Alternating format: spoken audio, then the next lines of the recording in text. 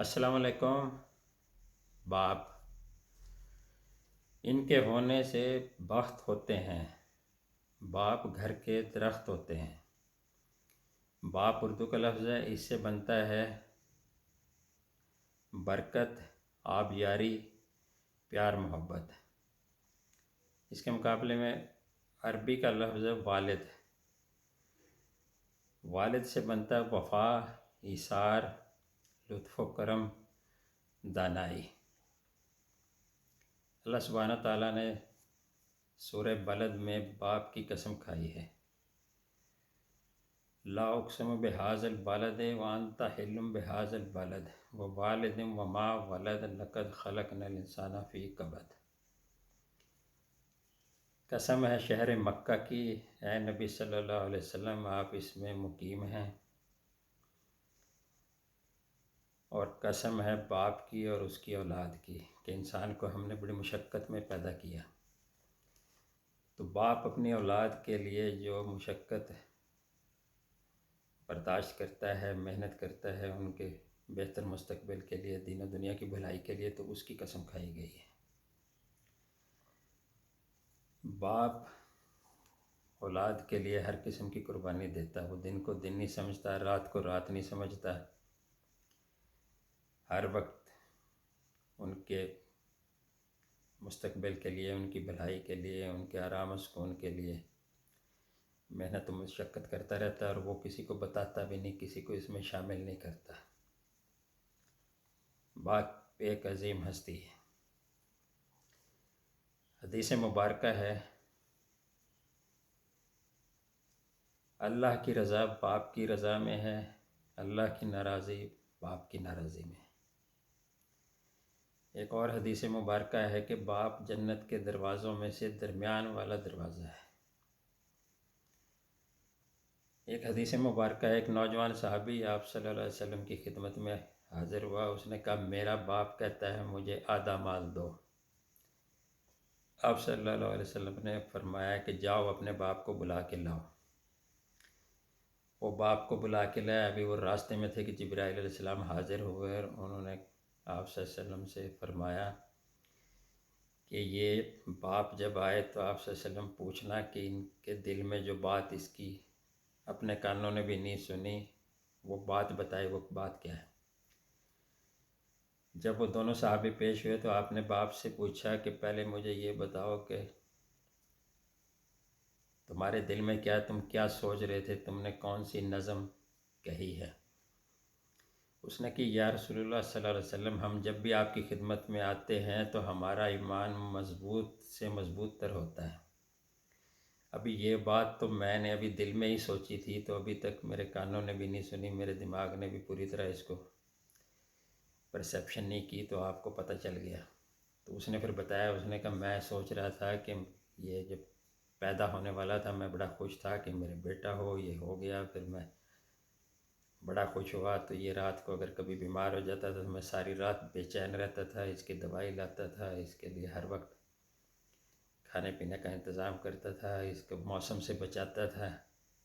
میری خواہش تھی یہ جوان ہو جائے اور میرا سہارا بنے، پھر یہ جوان ہو گیا تو اس کو دیکھ کے میرا دل بہت زیادہ خوش ہو جاتا ہے، اور آج یہ کہتا ہے کہ یہ مال میرا ہے۔ تو آپ صلی اللہ علیہ وسلم نے اس کو نوجوان کو فرمایا تم اور تمہارا مال سب تمہارے باپ کا ہے، چلو جاؤ۔ دنیا کا جو بہترین بیٹا ہے وہ حضرت ابراہیم علیہ السلام تھے۔ آپ علیہ السلام کے والد مشرک تھے اور بہت سخت گیر بھی تھے، لیکن آپ نے ہمیشہ ان سے پیار، محبت اور الفت کا رشتہ رکھا۔ آپ ان کو مسلسل تبلیغ کرتے رہے، اسلام کی دعوت دیتے رہے کہ ابا جان آ جائیں، لیکن انہوں نے قبول نہیں کیا، لیکن آپ مسلسل وہ کرتے رہے اور ان کی مغفرت کی دعا بھی مانگتے رہے۔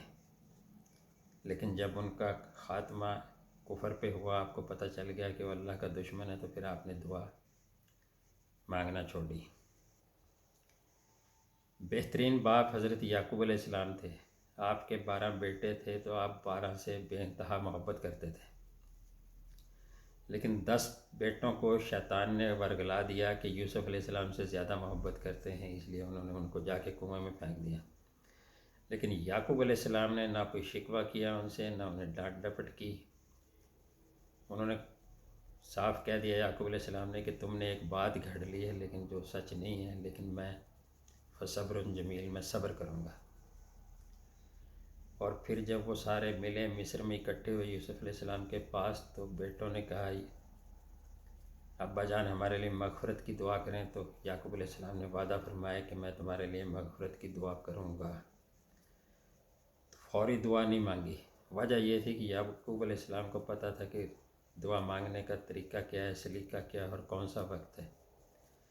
تو آپ علیہ السلام نے تہجد کے وقت تہجد کی نماز پڑھ کے بیٹوں کی مغفرت کی دعا کی۔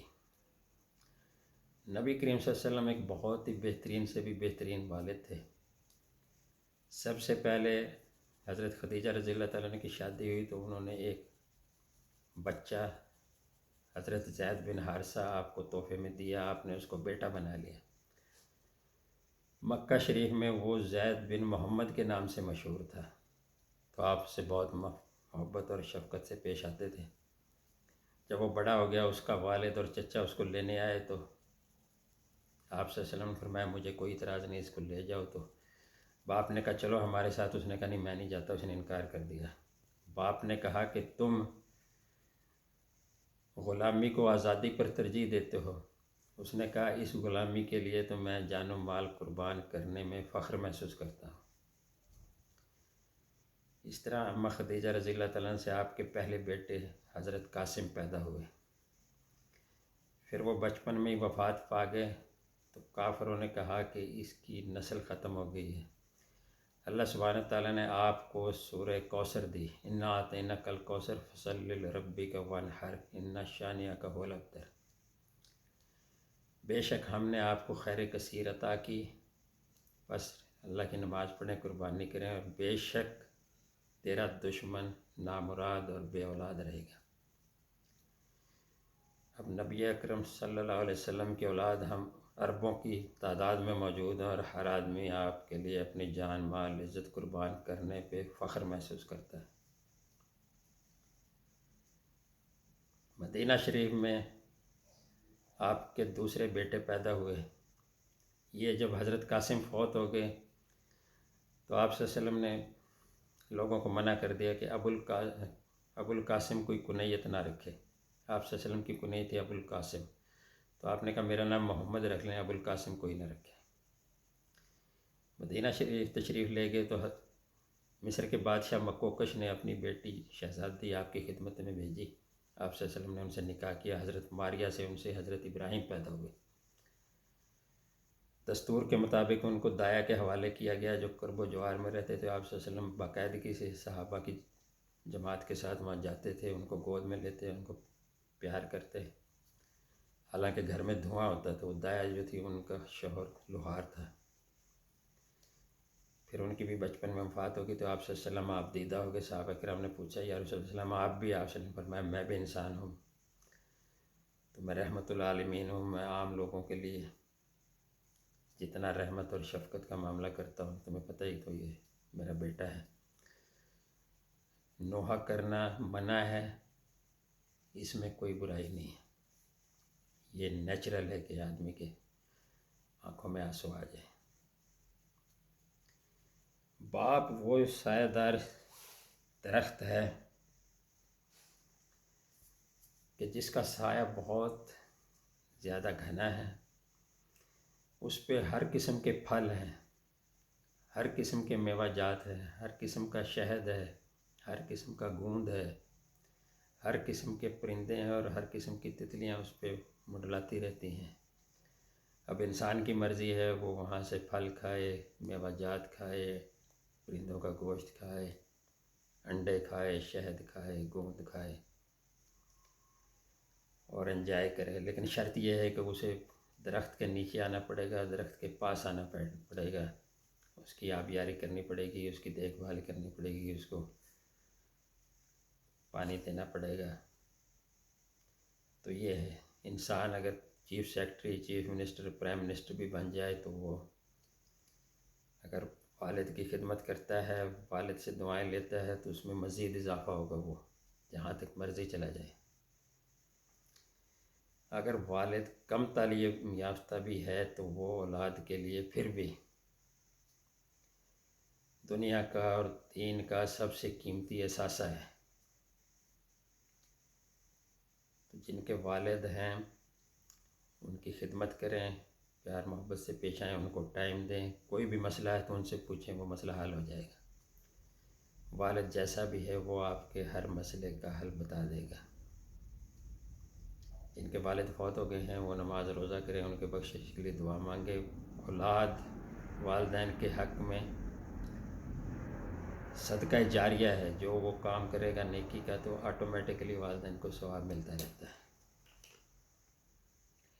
دیر سے آنے پر وہ خفا تھا، آخر مان گیا، آج میں اپنے باپ سے ملنے قبرستان گیا۔ اللہ سبحانہ تعالی ہمیں قرآن اور حدیث پر عمل کرنے کی توفیق عطا فرمائے۔ وآخر دعواہم ان الحمد للہ رب العالمین۔